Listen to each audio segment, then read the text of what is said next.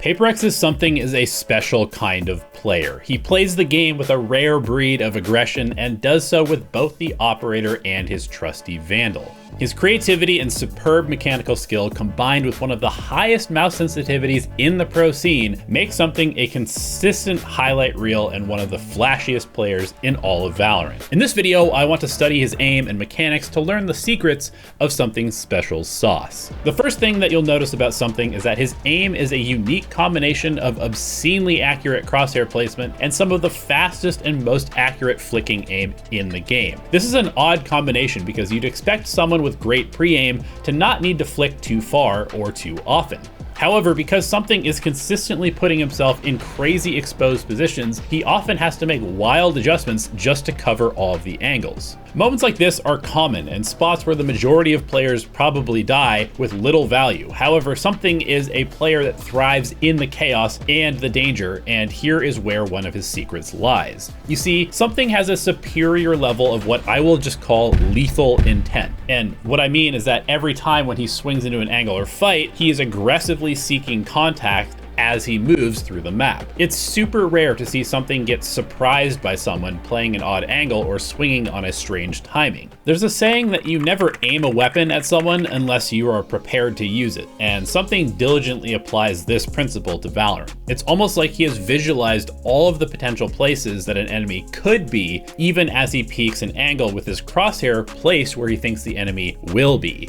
This way, if the enemy is not where he initially expects them to be, he's not tunnel visioned on that first angle and is instead actively seeking out targets elsewhere on his screen. Here's a great example of this so-called lethal intent. In this round, Something is stuck behind yellow with the spike planted facing 4 enemies. He knows that Killjoy is on site from earlier in the round, but has no information on anyone else. Something knows that he has to come up with a big play here if there's any chance of salvaging the round, so watch as he takes his first peek towards Snowman and Defender Spawn to try and catch a player rotating from A. When he sees nothing, he shifts his focus to the other side of yellow, waits for the tap, and then swings with perfect crosshair placement. He knows that there is very little chance to take a 1v1 fight, so having such perfect placement is essential for winning this 2v1. Because there's no need to adjust the first shot, he's able to focus on the next target who he sees in upper sight just as he makes his initial peek onto lower. His movement mechanics here are insane as he takes a tiny little step to the right as he flicks diagonally to the second target, fires one shot, steps slightly to the left, and then finishes the kill with a 4-shot burst. The aim transfer is impressive, but it's the combination of speed and the micro movements that allows him to 2v1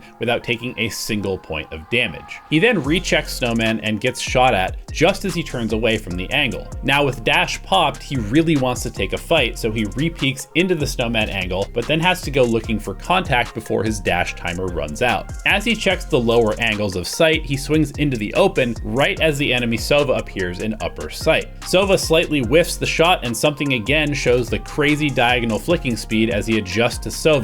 We can also see that his initial flick to Sova is too low for the headshot, so there's also a micro adjustment he makes before shooting and dashing to safety. So how could we practice this type of aim? For diagonal and micro flicks, there are all sorts of aim training methods available. We could also potentially do it in the Valorant range using Sage to create multiple levels of bots and then practice swinging onto a lower bot before flicking onto an upper bot on a diagonal. Like all new movements, it's best to start super slow to get a sense of what this adjustment actually feels like before speeding it up and adding movement and complexity to it. Something's flicky playstyle translates extremely well to the operator, where he doesn't have to be ultra precise with his aim and just needs to be really fast. In a similar style to his Vandal play, Something is always seeking that contact as he peeks into angles aggressively with the scope. His scope movement and timing is excellent, but his anticipation and adjustment is what really puts him in that elite class of oppers in Valorant. Everyone knows what it feels like to play against an oppressive operator player, but at the highest levels of the game, it can be super hard to find the same impact against coordinated teams and well-placed utility. However, Something uses the weapon with an almost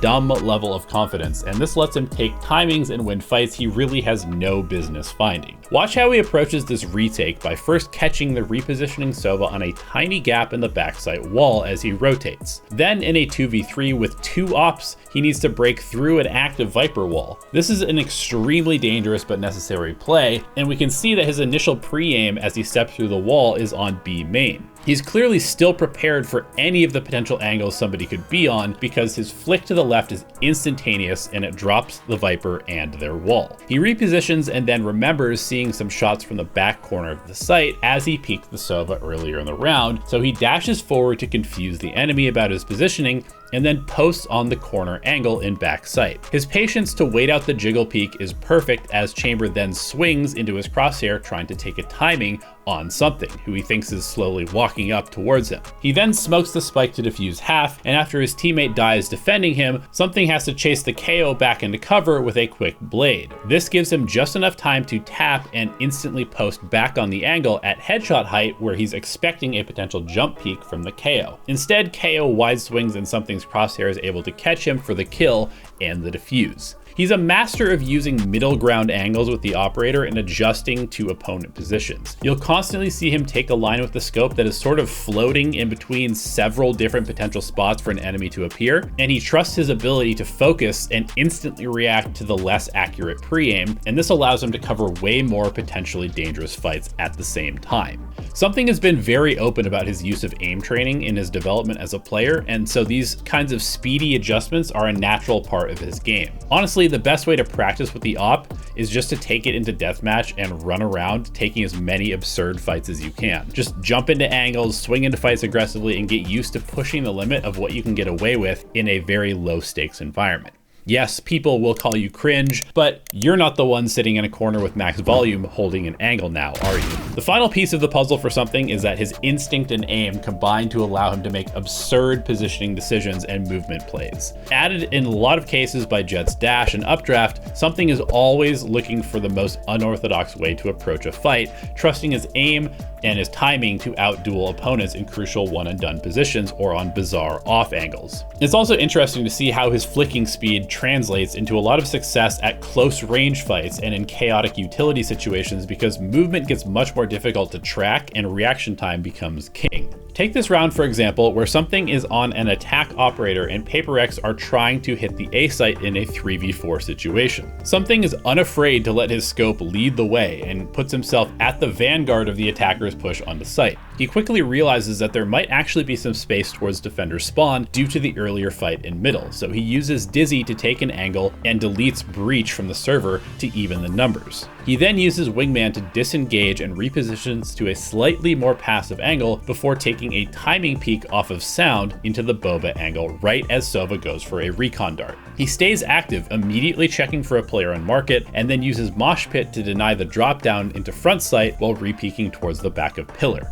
As he gets team flashed, he has to fall off and recognizes his awkward position now with a smoke blocking any line of sight. So he switches to his classic and jams himself up against the right side of the smoke until the enemy Omen gives away his position on the other side of the pillar. Then something once again chooses the aggressive option and works his way out with the operator for a quickscope 3K to finish the map and the series. The craziest part of all of this is that all the movement and positions are something you might have expected out of a Jet or a Chamber, but something is playing this way on a Gecko and still getting away with murder at a grand scale.